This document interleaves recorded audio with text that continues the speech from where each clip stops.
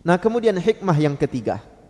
Jika Anda perhatikan tadi, ada seorang makmum di belakang Sayyidina Mu'adz bin Jabal memisahkan diri dari sholat berjamaah. Dalam fikih itu disebut dengan mufaraqah. Awalnya hadir dalam sholat berjamaah niat sebagai makmum, tapi di tengah-tengah sholat dia batalkan niat itu sebagai makmum, lalu dia selesaikan sholat sendiri. Ini namanya mufaraqah, memisahkan diri dari imam lalu melanjutkan sholat sendiri. Di dalam kitab ini disebutkan yajuzu liman dakhala as-salata ma'al imam ay yakhruja minha biniyyatil mufaraqati.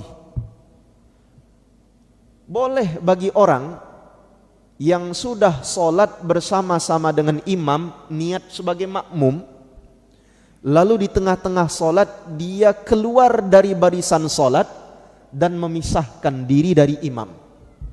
Keluar barisan ini maksudnya dia berniat tidak lagi ngikuti imam, dia menyelesaikan sholatnya sendiri. Wa yutimmuha wahdah, dia tuntaskan sholatnya sendiri.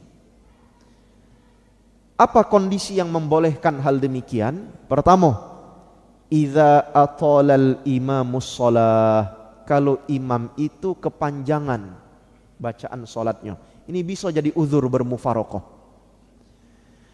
Wa yalhaqu bihadhihi surah, dan yang termasuk dari contoh diperbolehkannya kita untuk mufaraqah, hudutsu maradin. Tiba-tiba ketika rakaat kedua jadi makmum, ada bahagian tubuh kita yang sakit tak tertahan lagi. Mau tidak mau harus segera selesai solat, sedangkan imam masih panjang bacaannya. Boleh mufaraqah. Au khafu dhaya'i malin, khawatir kehilangan harta. Pada rakaat terakhir, duduk tasyahud akhir, imam tidak salam-salam. Lamonian bacaannya panjang. Sedangkan motor kita di luar lah sudah mulai digawi ke oleh maling. Nah, kedengaran suaranya. Maling tu ngucai kunci T di lubang kunci itu, cetak cetok cetak cetok. Khawatir kehilangan harta, boleh menjadi sebab pisah diri dari imam, selesaikan solat sendiri, lalu kita menyelamatkan harta. Atau yang berikutnya, au khaufu au fawatu rufqatin, khawatir ketinggalan rombongan.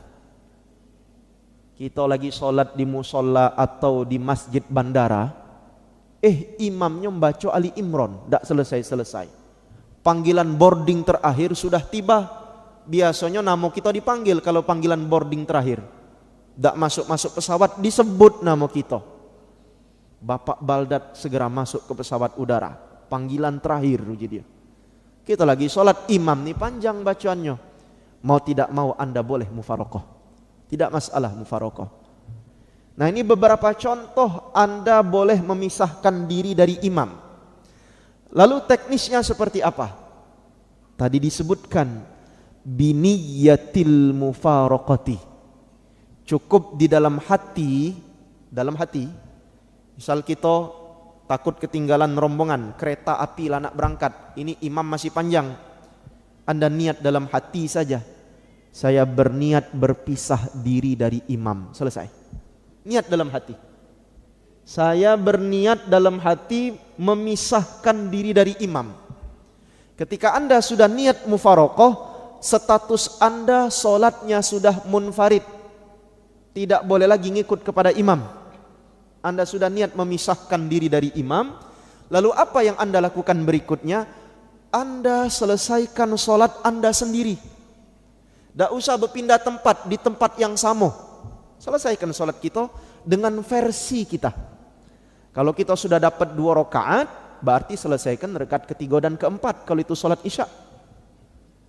Kalau kita mendapati imam selesai dia membaca Fatihah lalu membaca Al-Baqarah kepanjangan, kita mufaraqah, maka boleh langsung rukuk setelah itu.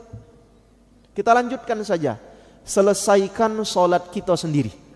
Dan tidak perlu mundur, cari tempat kosong, tidak perlu. Di tempat yang sama.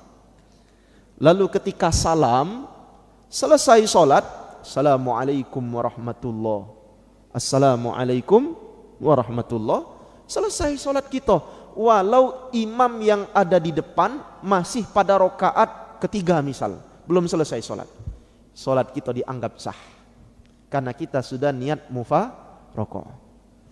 Pertanyaan berikutnya, Ustaz, kalau kita niat mufarokoh, hilang tidak pahala sholat berjamaah kita? Nah, disebutkan di banyak literatur kitab-kitab fikih, ketika kita niat mufarokoh sebab alasan uzur syar'i, seperti tadi disebutkan sakit, imam kepanjangan, atau kita takut kehilangan harta, takut ketinggalan pesawat dan rombongan, maka ketika Anda berniat mufarokoh, Anda tidak kehilangan pahala sholat berjamaah Anda. Tapi kalau misal niat mufarokoh tanpa sebab yang jelas, ketika sholat subuh misal, karena sholat di sof paling belakang, tidak tahu dia imamnya siapa. Ketika imam takbiratul ihram, baca iftitah, masuk fatihah, baru dia ciren.